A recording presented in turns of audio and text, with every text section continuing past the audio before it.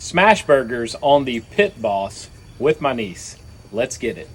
You need to add some oil to the griddle. Today I'm using Bacon Up. As soon as it hits the griddle, it's going to start melting down like a pat of butter would. We're just going to smear it all over the griddle.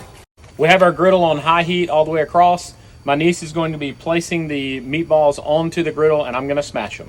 I'm using parchment paper so that the meat doesn't stick to the grill press, but if you heat it up a little bit, it usually won't stick anyway. So we're doing 4 at a time because we have the big press from Blackstone. Pressing them down nice and flat. Once you see the juices starting to rise up through the beef, it's time to flip. And as soon as you flip, you can start adding the cheese. We have some pepper jack today and some cheddar. Once the cheese is melted, you can scoop them off and put them into a dish. We're going to scrape off a little bit of the buildup here.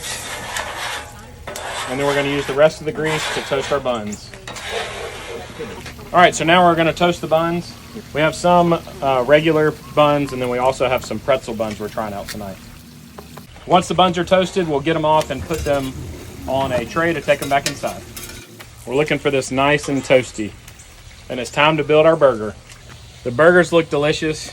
I have a pretzel bun, 2 patties, pepper jack cheese, mayonnaise, mustard, pickles, lettuce, and onions. She went simple with just mustard, lettuce, and 2 patties as well. That's good eating. Let's eat, y'all.